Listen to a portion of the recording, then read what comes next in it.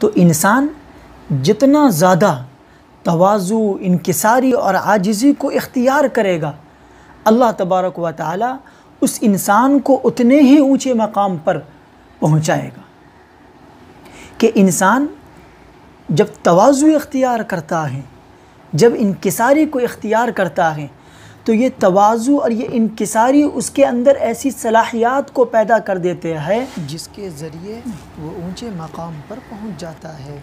हम देखें कि जिन लोगों ने तवाज़ु इख्तियार किया है, जिन लोगों ने इनकिसारी और आजिज़ी को इख्तियार किया है, अल्लाह तबारक व तआला ने उसे कैसे मकाम पर पहुंचाया।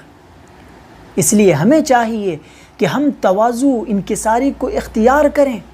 और हमने ख़ुद देखा हज़रत मौलाना याक़ूब साहब सारूदी रहमतुल्लाह अलैह को, जो दारुल उलूम कंथारिया के शेखुल हदीस थे, हमने इनको ये देखा कि हज़रत तवाज़ु, इनकिसारी के अंदर एक आला नुमाया किरदार रखते थे, एक आला पैमाने का तवाज़ु इख्तियार करते थे।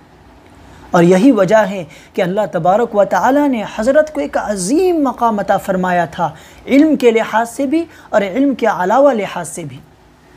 कि हज़रत का एक ज़माना ऐसा था कि जिस ज़माने के अंदर हज़रत को अरबी अव्वल की किताबें समझ में नहीं आ रही थी, और अरबी अव्वल के बाद हज़रत ने तालीम हासिल करना मौकूफ़ कर दिया था, छोड़ दिया था, इल्म हासिल करना बंद कर दिया था। लेकिन बाद में शेख अजमेरी रहमतुल्लाह अलैह ने उनके वालिद साहब से मिल करके उनकी तश्कील करके वापस इनको मदरसे में लाए थे। और फिर जब आए हैं मदरसे के अंदर और तवाज़ु और इनकिसारी के साथ साथ अपने उलूम को हासिल करने में लगे हैं, तो अल्लाह तबारक व तआला ने उनको कैसा मकाम अता किया कि तमाम के तमाम तलबा को और तमाम के तमाम मुसलमानों को हज़रत की ज़ात पर फ़ख्र था। हज़रत के हैरत अंगेज़ वाक़यात में से एक वाक़या ये भी है कि एक मरतबा मुफ्ती गुजरात मुफ्ती अब्दुर्रहीम साहब लाजपुरी रहमतुल्लाह अलैह के पास मिराज का एक मसला आया। अब मुफ्ती साहब उस मिराज के मसले को लिख करके रुऊस पर सिहाम को तक़सीम करते हैं, तो ये सिहाम रुऊस पर बराबर तक़सीम नहीं हो रहा था। अब हज़रत परेशान थे कि इस सिहाम को रुऊस पर सही तौर पर तक़सीम कैसे किया जाए। फिर बाद में मुफ्ती साहब ने मुफ्ती अब्दुल गनी साहब कावी रहमतुल्लाह अलैह के पास आए और उनको बताया कि देखो ये मिराज का मसला है, मैं इस मसले को सही तौर पर बनाने चाहता हूँ, लेकिन ये मसला मुझसे बन नहीं पा रहा है। इस मसले के अंदर सिहाम रुऊस पर सही तौर पर तक़सीम नहीं हो पा रहे हैं, देखें कि इस मसले में क्या गलतियाँ हो रही है। अब ये दोनों हजरात मिल कर के एक हफ्ते तक लगातार असर की नमाज से लेकर के मगरिब की आज़ान तक बैठते हैं और इस मसले को हल करने की कोशिश करते हैं, लेकिन ये मसला हल नहीं हो पाता है। आखिर में मुफ्ती अब्दुल गनी साहब कावी रहमतुल्लाह अलैह फरमाते हैं कि हज़रत इस मसले को रहने दो, इंशाअल्लाह मैं आइंदा कल एक तालिब इल्म को लेकर के आऊँगा, हो सकता है कि उस तालिब इल्म से ये मसला हल हो जाए।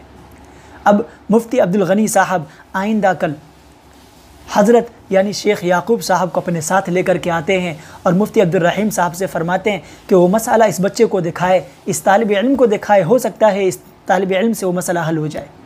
अब मुफ्ती अब्दुर्रहीम साहब मसला उस बच्चे को यानी शेख याक़ूब साहब को देते हैं, तो हज़रत उस मसले को देखते हैं। देखने के बाद 1 मिनट भी नहीं होता कि फ़ौरन शेख याक़ूब साहब फरमाते हैं कि हज़रत यहाँ पर एक गलती हो रही है, जिस गलती की बुनियाद पर यह सिहाम रुऊस पर बराबर तक़सीम नहीं हो रहा है।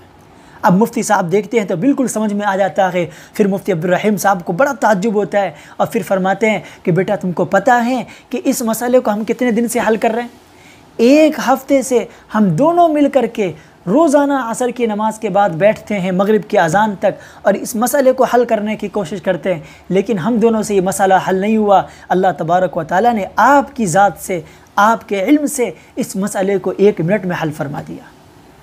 तो मेरे दोस्तों, मैं ये कह रहा हूँ कि ये उलूम जब आते हैं तो इंसान के अंदर तवाज़ु भी आता है, और जब इंसान तवाज़ु इख्तियार करता है तो इल्म के अंदर एक अजीब सी कैफियत पैदा हो जाती है और इल्म में बढ़ोतरी होती है और उलूम के ज़रिए से इंसान एक आला मकाम पर पहुंच जाता है।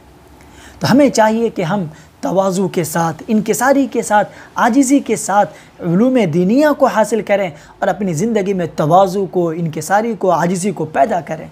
ये हमारी ज़ात के लिए बड़ा ही मुफीद साबित होगा इंशाअल्लाह।